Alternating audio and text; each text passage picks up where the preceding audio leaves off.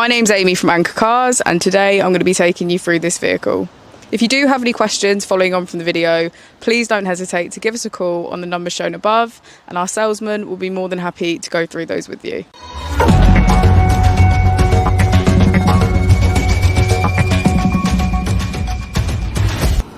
Today we have the 2020 Volkswagen Golf.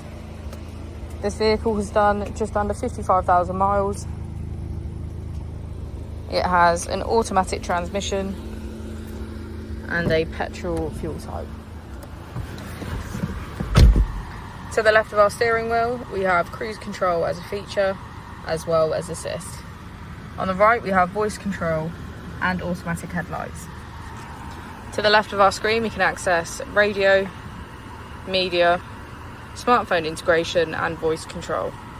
On the right, we have navigation, Apple and Android CarPlay, our performance monitor and menu.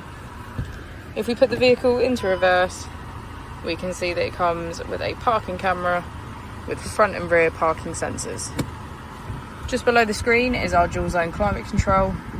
This includes heated seats on either side. If we press our mode button, we can switch between our 4 different driving modes: individual, eco, normal and race.